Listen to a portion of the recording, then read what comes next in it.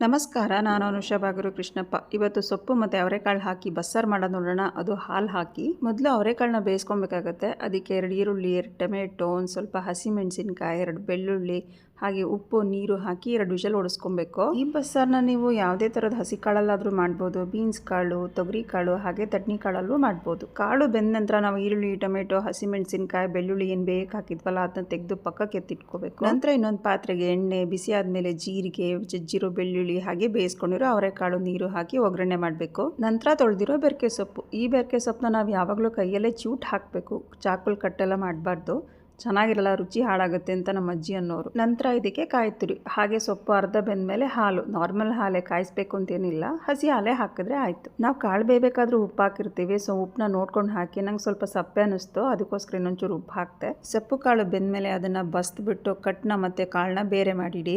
ನಂತರ ಸಾರಿನ ಖಾರಕ್ಕೆ ನಾವು ಟೊಮೆಟೊ, ಈರುಳ್ಳಿ, ಮೆಣಸಿನ್ಕಾಯಿ, ಬೆಳ್ಳುಳ್ಳಿ ಏನು ಬೇಯಿಸ್ಕೊಂಡಿದ್ವಲ್ಲ ಅದ್ರ ಜೊತೆಗೆ ಸ್ವಲ್ಪ ಸೊಪ್ಪು, ಕಾಳು, ಮೆಣಸು, ಜೀರಿಗೆ, ಕೊತ್ತಂಬರಿ ಸೊಪ್ಪು ಹಾಕಿ ನುಣ್ಣಗೆ ರುಬ್ಕೊಬೇಕು. ಈ ಸಾರಿಗೆ ಟೇಸ್ಟ್ ಮತ್ತು ತಿಕ್ನೆಸ್ ಕೊಡೋದು ಸೊಪ್ಪು ಮತ್ತು ಕಾಳು, ಅದಕ್ಕೆ ಅದನ್ನು ಯಥೇಚ್ಛವಾಗಿ ಹಾಕ್ಕೊಳ್ಳಿ, ತುಂಬ ಚೆನ್ನಾಗಿರುತ್ತೆ ಸಾರು. ಸಾರಿಂದು ಖಾರ ಹಾಗೆ ಬಸ್ತಿರೋ ನೀರು ಹಾಕಿ ಉಪ್ಪು ಬೇಕಿದ್ರೆ ಹಾಕ್ಕೊಂಡು ಕುದಿಸಿದ್ರೆ ಮುಗೀತು ಸಾರು. ಜನ ಜಾಸ್ತಿ ಇದ್ದಾರೆ, ಸೊಪ್ಪು ಕಾಳು ಕಡಿಮೆ ಇದೆ, ಸಾರು ಜಾಸ್ತಿ ಬೇಕು ಅಂದಾಗ ರುಬ್ಬೇಕಾದ್ರೆ ಒಂಚೂರು ಕಾಯಿ ಹಾಕ್ಕೊಳ್ಳಿ, ಆಗ ಸಾರು ಸ್ವಲ್ಪ ಹೆಚ್ಚಾಗುತ್ತೆ. ಪಲ್ಯಕ್ಕಾಗಲಿ ಸಾರಿಗಾಗಲಿ ಮತ್ತೆ ಒಗ್ಗರಣೆ ಬೇಕಾಗಲ್ಲ. ನಾವು ಸ್ಟಾರ್ಟಿಂಗಲ್ಲೇ ಅವರೆಕಾಳು ಜೊತೆಗೆ ಒಗ್ಗರಣೆಗೆ ಹಾಕಿದ್ವಲ್ಲ ಅಷ್ಟೇ ಸಾಕಾಗುತ್ತೆ. ತೆಳುವಾಗಿರೋ ಬಿಸಿ ಮುದ್ದೆ, ಹಾಗೆ ಬಿಸಿ ಸಾರು, ಹಾಗೆ ಒಂಚೂರೇ ಚೂರು ತುಪ್ಪ. ಈ ಸಾರನ್ನ ನಮ್ಮ ಅಪ್ಪನ ತಾಯಿ, ನಮ್ಮ ಅಜ್ಜಿ ಮಾಡೋರು ತುಂಬ ಚೆನ್ನಾಗಿ ಮಾಡ್ತಿದ್ರು ಅಡುಗೆನವರು.